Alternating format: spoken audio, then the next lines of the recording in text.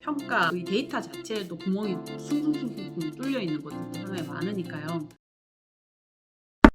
안녕하세요 여러분. 오늘은 독일계 자산운용사인 DWS의 그린워싱에 대한 이야기를 하려고 해요. 지난주에 DWS가 그린워싱 이슈로 미국의 증권거래위원회하고 독일의 금융당국으로부터 조사를 받고 있다, 이런 보도가 나왔습니다. 그랬는데 이번 주에 또 후속 보도로 업계 전반에서 약간 좀 우려하고 있다, 스캔들로 번질까 우려하고 있고, 사실상 DWS에서 벌어진 일이 거의 모든 투자자들한테 지금 일어날 수 있는 일이기 때문에 이와 관련된 이야기들이 조금 있어가지고 제가 이제 유튜브를 찍습니다. 이번 사건이 DWS 혐의가 뭐냐, 지속가능 보고서를 냈어요. 지속가능 보고서가 아직도 7, 8월이면 다 끝날 줄 알았는데 이제 9월 초니까 아마 거의 막바지일 것 같은데, 지속가능 보고서 국내 기업들도 지금 계속 내보내고 있잖아요. DWS도 이 연례 지속가능 보고서를 냈어요. 여기에 ESG 투자에 대한 성과를 공표를 했겠죠. 이 공표를 한 게 과장되게 공시했다, 이게 핵심 이제 이유입니다. 그럼 이게 어떻게 알려졌느냐, 올 초에 이 DWS의 글로벌 지속가능 책임자였는데 그 데지레 픽슬러,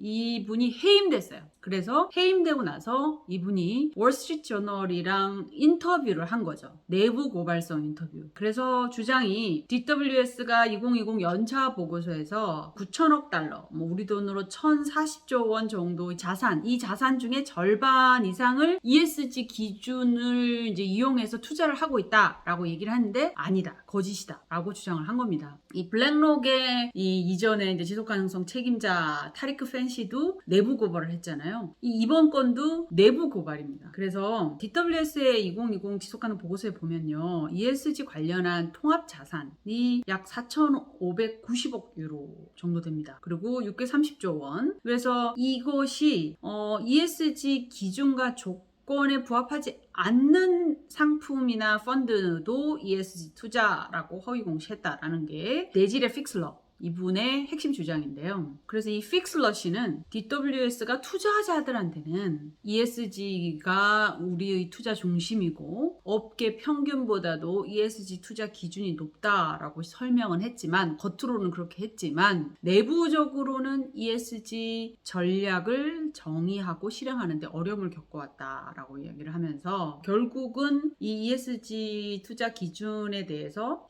허위 공시, 과장 공시다, 그래서 투자자들을 속였다라는 거고, DWS의 ESG 리스크 관리 시스템이 구식이다라고까지 얘기를 했어요. 그래서 외부 평가 기관들의 ESG 등급에 의존을 해가지고 ESG 자산을 편의적으로 평가했다라고 이야기를 한 겁니다. 그래서 이 주장 이후에 이제 독일과 미국의 SEC 증권거래위원회가 이제 DWS가 제대로 법적인 의무를 준수를 했는지, ESG 투자가 제대로 공시대로 된 건지를 지금 들여다보고 있는 거예요.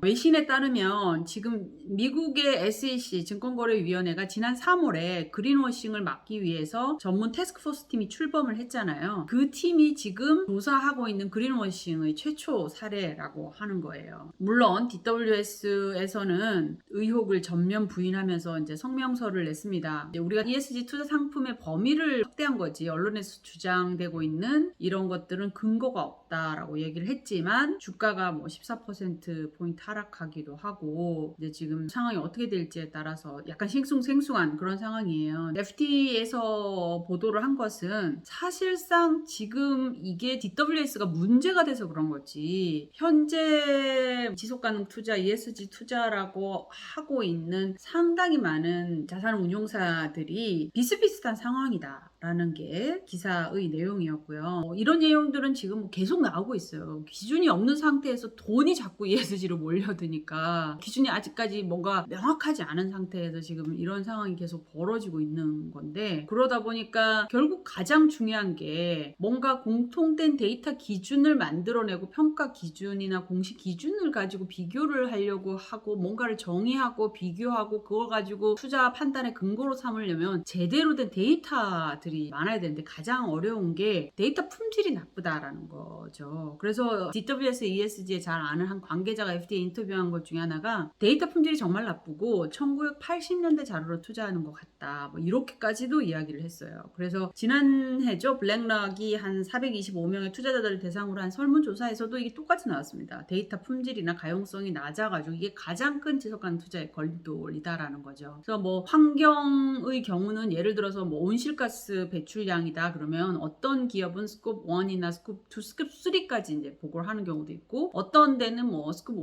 2만 하는 경우도 있고 사실은 이게 뭐 E뿐만 아니라 S로 넘어오면 평가의 데이터 자체에도 구멍이 숭숭숭숭 뚫려 있는 것들도 상당히 많으니까요. 그러다 보니까 뭐 이런 얘기들이 이제 나오고 있고 또 이 ESG 인테그레이션 그러니까 ESG 우리가 투자하는 이제 투자 자산들의 경우는 대부분이 ESG 인테그레이션 돼 있다. ESG 통합되어 있다라고 얘기를 하는데 이 인테그레이션 자체도 지금 아직까지 명확한 정의가 부족하다라고 얘기를 하는 거예요. 그래서 어떤 운용사에서는 자기들이 포트폴리오를 구성하기 전에 해당 기업의 ESG 점수를 반영을 하는 거를 ESG 인테그레이션이라고 얘기를 하기도 하고 또 어떤 자산 운용사에서는 우리는 이 ESG 평가 등급을 딱 그것만을 기준으로 삼아서 특정 주식을 매입을 한다. 뭐 어떤 데는 인테그레이션을 세게 하는 거, 어떤 데는 좀 약하게 하고 이것도 인테그레이션이고 저것도 인테그레이션이니까 사실상 뭐 어디서 어디까지다라는 것이 명확하지 않은 그런 상황도 이야기를 하고 있고 그런 와중에 어쨌든 돈이 많이 몰려들고 지금 서부 개척 시대에 제가 계속 얘기하지만 금강을 캐기 위해 캘리포니아로 몰려든 지금 사람들이 너무나 많은 상태이기 때문에 금융당국은 그린워싱에 대한 주의보를 내리고 계속 규제를 하려고 하는 움직임을 보이고 있습니다. 지난 7월에 이제 영국의 금감원에 해당되는 FCA도 아직까지 ESG나 지속가능 펀드들이 투자 기준에 조금 미달하기 때문에 실제 ESG 전략으로 이게 실행되는 건 아니다라는 레터를 모든 투자자들에게 발송했다고 합니다. 그리고 독일의 금융당국도 투자자들을 대상으로 지속가능 펀드를 설정을 할 때 자산 운용사들이 의무적으로 충족해야 될 요건이 뭔지 이걸 강화하기 위한 협의에 착수를 했다라고 하는 거죠. ESG나 지속가능만 붙으면 지금 뭐 채권도 돈이 몰리고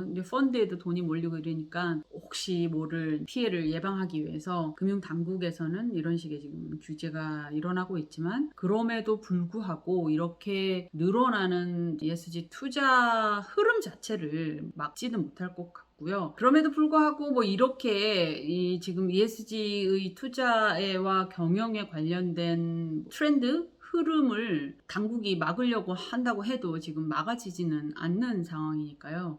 이런 상황은 조금 뭐 당분간은 계속되지 않을까 하는 생각이 들더라고요. 제가 어제자에 본 흥미로운 기사 중에 하나는 IFRS 국제회계기준의 글로벌 지속가능성 위원회 거기가 이제 지속가능 기준을 만들어내는 그 위원회를 지금 11월에 이제 COP26을 앞두고 이거를 설치를 할 계획이잖아요. 그런데 본부를 캐나다로 할 것이냐 영국으로 할 것이냐 또 이 양국이 이걸 가지고도 막 싸우고 있는 그런 보도를 제가 흥미있게 봤는데 어찌됐든 이런 흐름 자체는 당국이 막지를 못하니까 피해를 최소화하기 위해서 계속 그린워싱에 대한 감시를 하는 이게 지금 바퀴처럼 굴러가지 않을까 이런 생각이 듭니다. 오늘은 여기까지 하겠습니다. 감사합니다.